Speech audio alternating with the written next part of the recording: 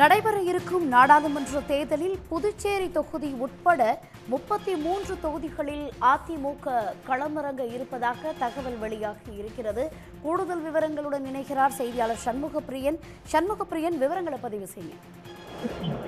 இந்த நாடாளுமன்ற தொகுதிகளில் அதிமுகவுடைய கூட்டணி கட்சிகளுடனான ஒப்பந்தங்கள் என்பது நிறைவு பெற்றிருக்கின்றது.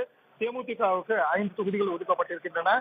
எஸ்டிபிஐ மற்றும் புதிய தமிழகத்திற்கு தலா ஒரு தொகுதி ஒதுக்கப்பட்டிருக்கக்கூடிய சூழல்ல 33 தொகுதிகளில் அதிமுக தன்னுடைய வேட்பாளர்களை நேரடியாக களமிறக்குவது இந்த தேர்தலில் ஒரு ஹைலைட்டான விஷயமாக பார்க்கப்படுகிறது.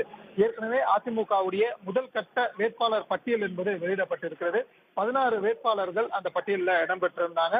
இதன் தொடர்ச்சியாக நாளைய தினம் காலை 9:30 மணி அளவில் அதிமுகவுடைய தலைமை அலுவலகத்தில் மீதம் இருக்கக்கூடிய வேட்பாளர்கள், அதாவது இறுதி வேட்பாளர் பட்டியலை அக்கட்சியின் பொதுச் செயலாளர் எடப்பாடி பழனிசாமி வெளியிடுவதற்கு திட்டமிட்டிருப்பதாக தற்போது தகவல்கள் வெளியாகி இருக்கின்றன.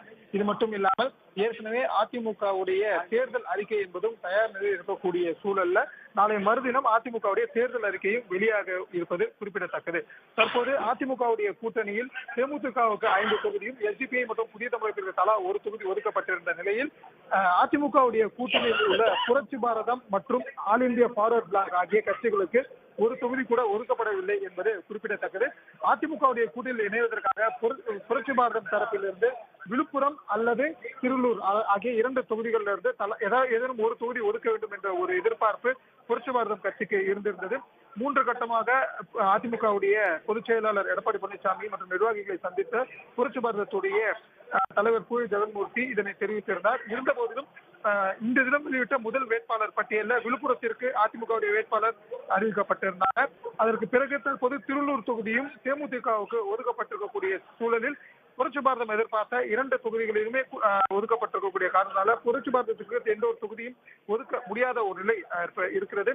மேலும் அது மட்டும் இல்லாமல் இந்த மக்களவை தேர்தலில் புரட்சி பாரதத்துடைய ஆதரவை மட்டும் பெற்றுக்கொண்டு அவர்களுக்கு தொகுதி ஏதும் ஒதுக்காத ஒரு முடிவை அதிமுக எடுத்திருப்பது குறிப்பிடத்தக்கது. இதே போன்றுதான் ஆல் இந்தியா ஃபார்வர்ட் பிளாக் கட்சிக்கும் தற்போது வரை எந்த ஒரு தொகுதியும் ஒதுக்கப்படவில்லை. இன்று தினம் அதிமுக நிர்வாகிகளை சந்திப்பதையும் ஆல் இந்தியா ஃபார்வர்ட் பிளாக் கட்சியினர் தவிர்த்திருப்பதாக தகவல்கள் என்பது தெரிவிக்கப்படுகின்றது. இவ்வாறான ஒரு சூழல்ல நாளைய தினம் இறுதி வேட்பாளர் பட்டியலை அதிமுக தலைமை வெளியிட திட்டமிட்டிருக்கிறது. அதன்படி மொத்தமாக இந்த மக்களவை தேர்தலில் தமிழ்நாடு மற்றும் புதுச்சேரியை சேர்த்திருக்கக்கூடிய 40 தொகுதிகளில் 33 தொகுதிகளில் அதிமுக தங்களுடைய வேட்பாளர்களை நேரடியாக களமிறக்க உள்ளது குறிப்பிடத்தக்கது. ஏற்கனவே இன்றைய தினம் வெளியிட்ட வேட்பாளர் பட்டியலில் 16 வேட்பாளர்கள் இடம்பெற்றிருந்தாங்க. அதில் 8 தொகுதிகளில் நேரடியாக திமுகவும் அதிமுகவும் நேரடி போட்டியை சந்திப்பது குறிப்பிடத்தக்கது.